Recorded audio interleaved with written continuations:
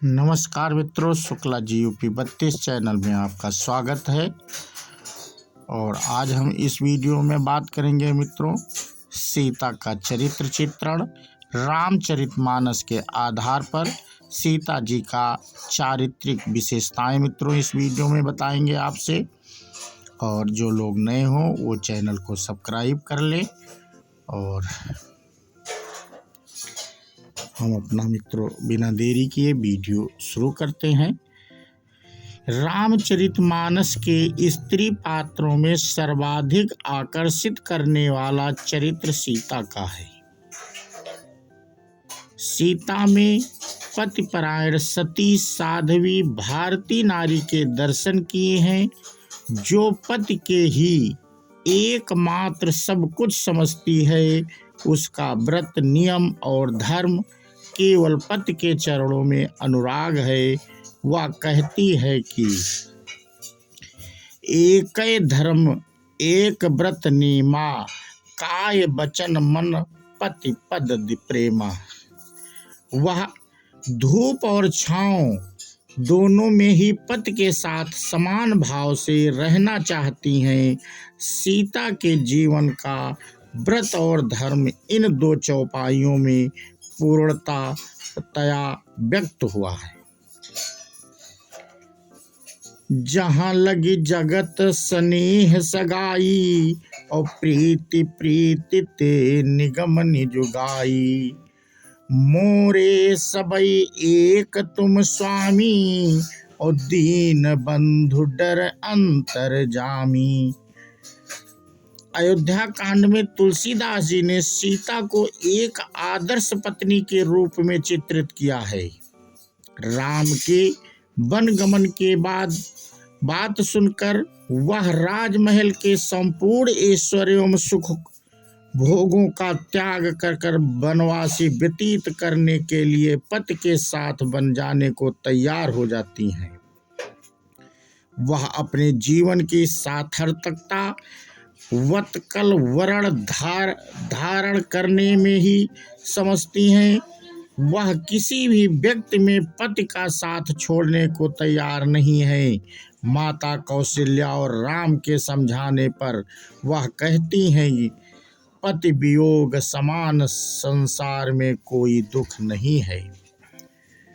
मैं पुनि समुझ दीन मन माही, और पिय वियोग सम दुख जग नाही। पति से विमुक्त होकर वह स्वर्ग को भी नरक के समान समझती हैं। प्राणनाथ करुणायतन सुंदर सुखद सुजान, तुम बिन रघुकुल कुमुद विधु सुरपुर नरक समान। पति विहीन नारी की स्थिति को स्पष्ट करते हुए सीता कहती हैं, जिय बिनु देह नदी बिनु बारी, तैसी व नाथ पुरुष बिन नारी। सीता राम की पत्नी ही नहीं, वह आदर्श नायिका भी हैं। तुलसी ने उसका चरित्र नायिका के अनुरूप ही चित्रित किया है। वह भारतीय कुल बंधुओं का आदर्श है। उसमें नारीत्व के सभी गुण समाहित हैं। इसलिए उसकी धर्म भीरुता, पतिव्रत त्याग, संयम, कष्ट सहिष्णुता, गुणित्व आदि के गुण भारतीय नारियों की अनुकरणीय हैं। वह वन पथ में मिलने वाली सभी ग्रामीण स्त्रियों को शिक्षा देती हैं। इस प्रकार सीता सभी नारियों का नेतृत्व करती हैं। सेवा भाव, सीता में सेवा भाव कूट कूट कर भरा है। वह सभी सासुओं की सेवा समान भाव से करती हैं।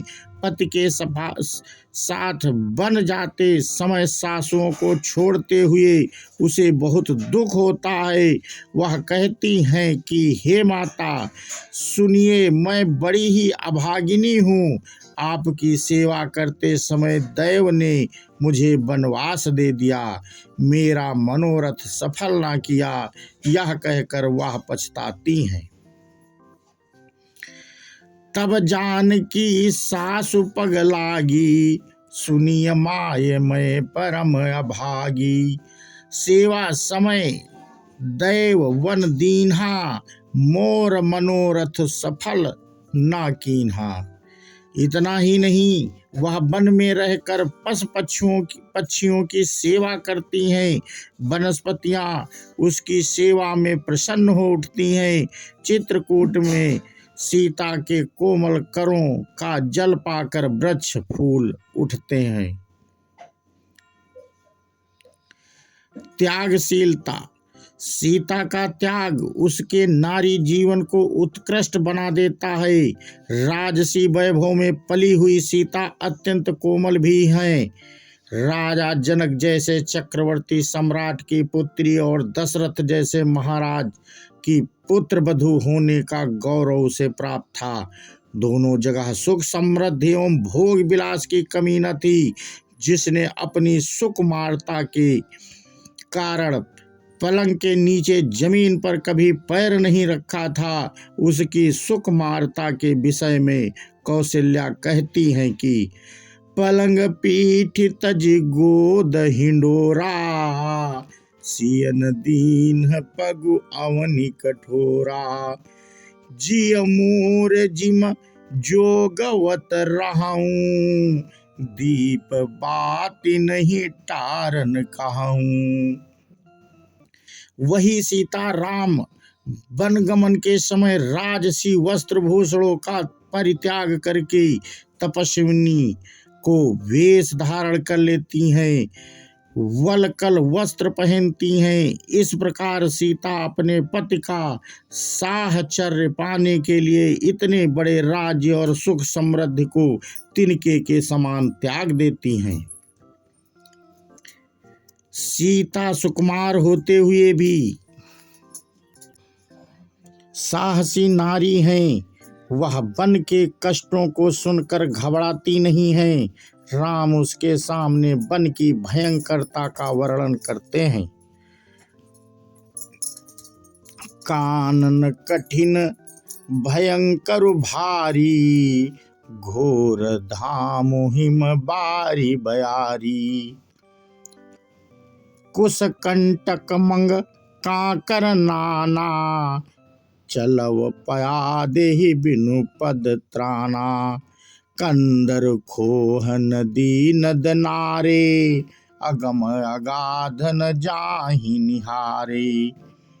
भालु बाघ ब्रक के हरिनामा, करिहै नाद सुनि धीरज भागा। राम के मुख से वन की विकरालता सुनकर भी वह अपनी निर्णय नहीं बदलती हैं और राम के साथ वन को प्रस्थान करती हैं। मार्ग की ऊंची नीची कंकरीली पथरीली भूमि पर नंगे पैर चलती हैं। उसके पैरों में छाले पड़ जाते हैं। पसीने से पूरा शरीर तरबर हो जाता है।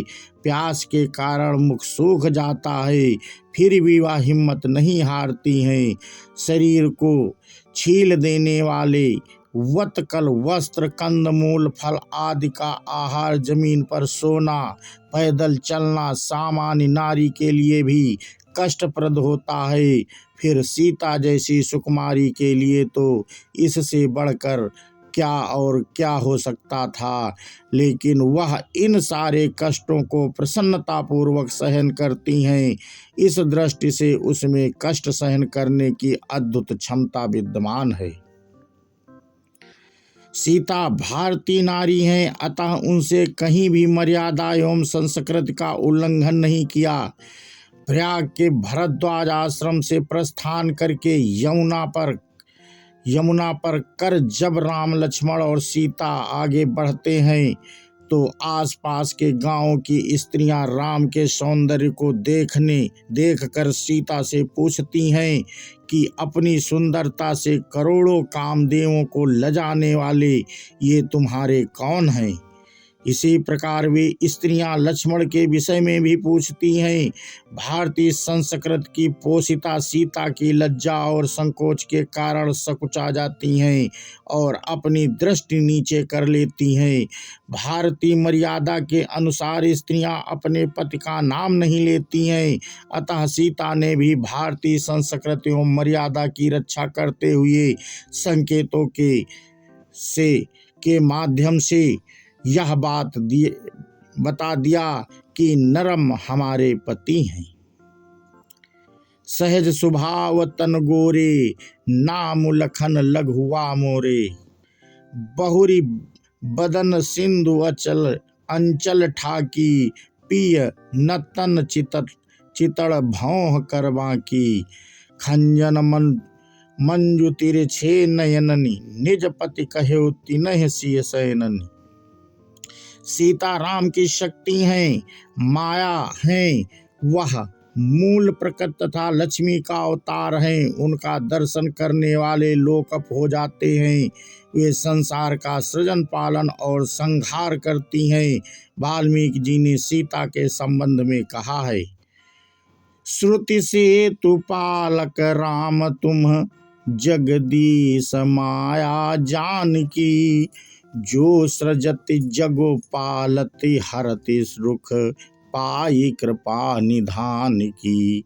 यही सीता चित्रकूट में अनेक रूप बनाकर सासुओं की सेवा करती हैं, साधुओं की सेवा करती हैं, जिसे राम के अतिरिक्त और कोई नहीं जान पाता। सीय सासु प्रतिवेश बनाई, सादर करई सास सेवक काई। लखान मरम राम बिनु काहू, माया सब सिय माया भाहू। इस प्रकार अयोध्या कांड के स्त्री पात्रों में सीता का मुख्य चरित्र है। उसमें इन सब गुणों के साथ सरलता, विनम्रता, माया, मानवता एवं प्रकृति प्रेम की भावना विद्यमान है। तो मित्रों, हमने आपको आज सीता जी के चरित्र का इस वीडियो में वर्णन किया, और ये वीडियो आपको कैसा लगा हमें कमेंट करके अवश्य बताएं मित्रों। और हम अपना वीडियो यहीं पे समाप्त करते हैं। अगले वीडियो में सीता के बारे में और जानकारी आपको देंगे मित्रों। तो चलते चलते चैनल को सब्सक्राइब कर लें, जिससे आपको हमारे नए नए वीडियो तुरंत देखने को मिलते रहें। अच्छा, बोलो सियावर रामचंद्र की जय, हनुमान की जय। जय भारत, जय हिंद, वंदे मातरम।